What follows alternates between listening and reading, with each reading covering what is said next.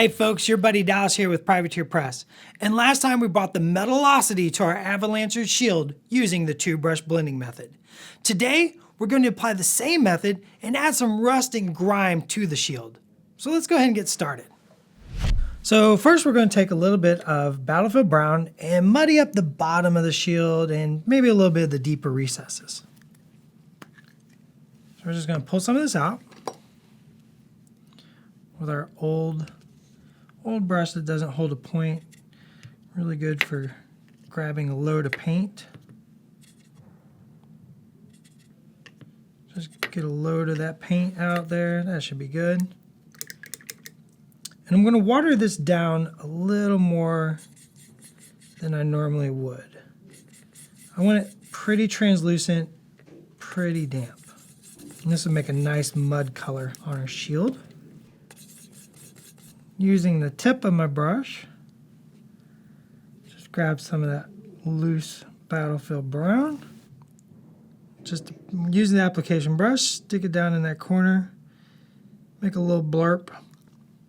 And just kind of use your second blend brush to get an irregular, translucent effect of mud and grime being built up from the battlefield.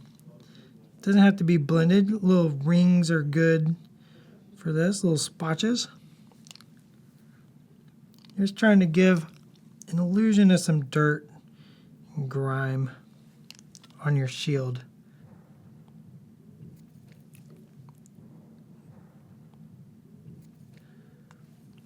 Maybe some up here in this corner.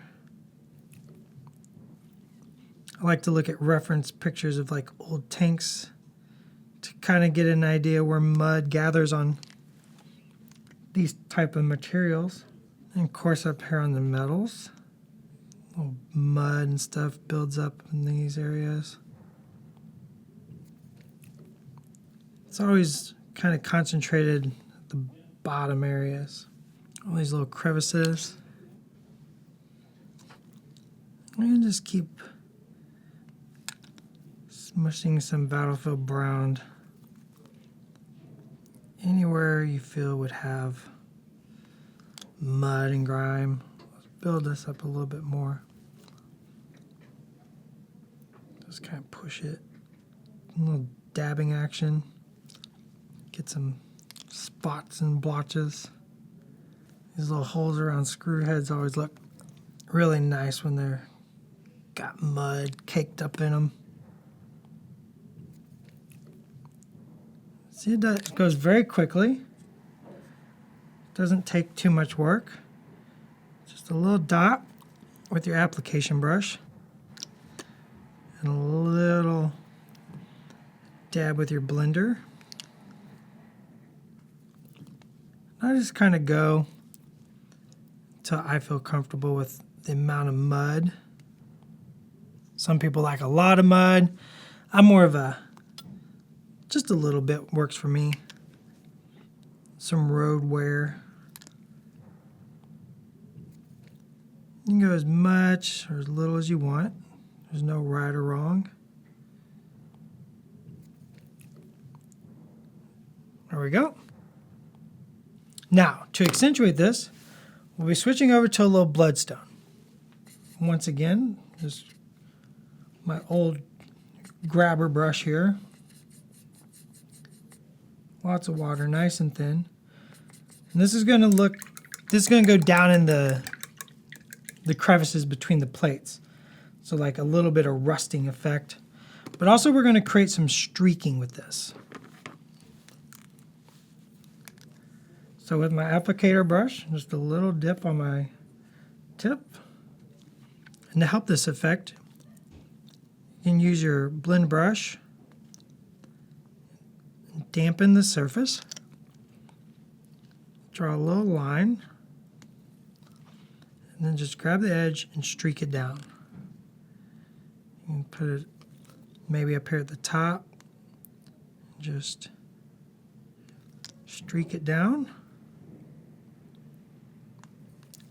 maybe some here.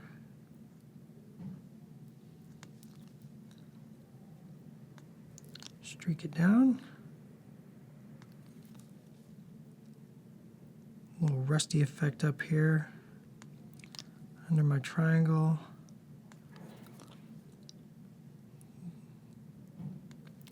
And these little areas where the two metals are meeting. Maybe the screw head is a little rustier. I'm just using the tip of my brush, I'm not pushing. You can see this is adding a lot of contrast to the metal and all the other colors. Really giving it just some life. Any of these streaks you can accentuate. Just kind of going again.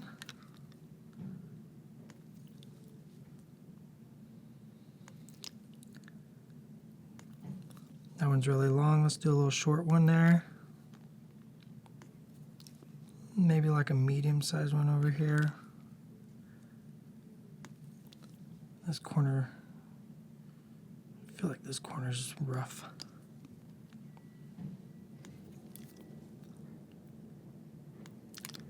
And just like with the mud, this is just how much you feel comfortable with. There's no telling how much weathering your guy might have. So just like with the mud, the streaky, rusty stuff it's all up to you on how much you want on here. Some people like a really grimy, beat up, rusty, crusty look. Some people want just more of a subtle effect.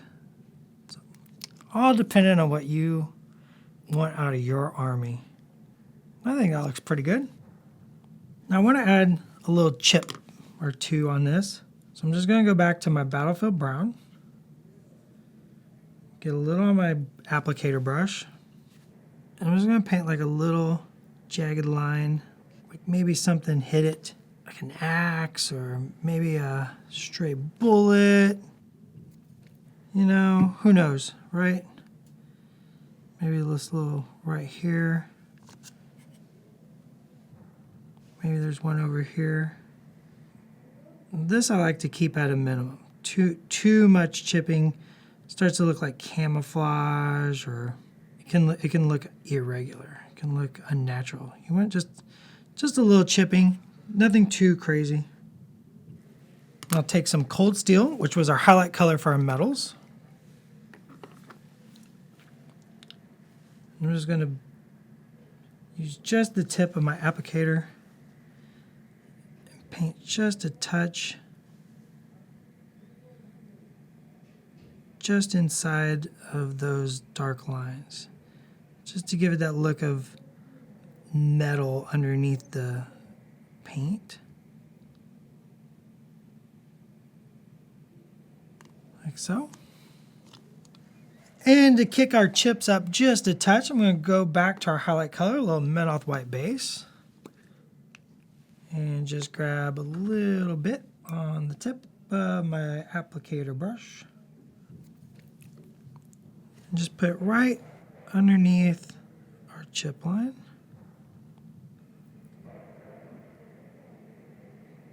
Doesn't take much.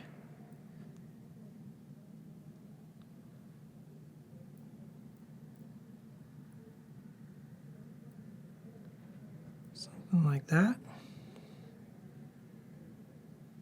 Just to be a little highlight, to give that chip a little three-dimensionality.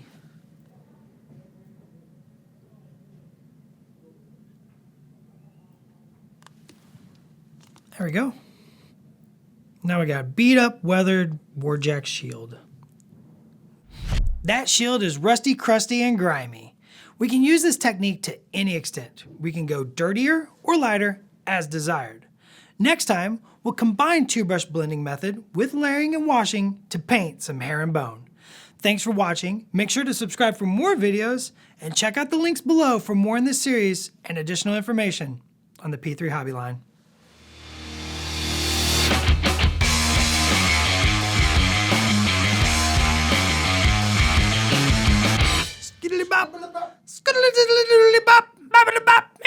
I'm going to do that the next time I'm at a theater. About 5 minutes into the intro of the movie, it's just in a theater. Oh, where? Oh,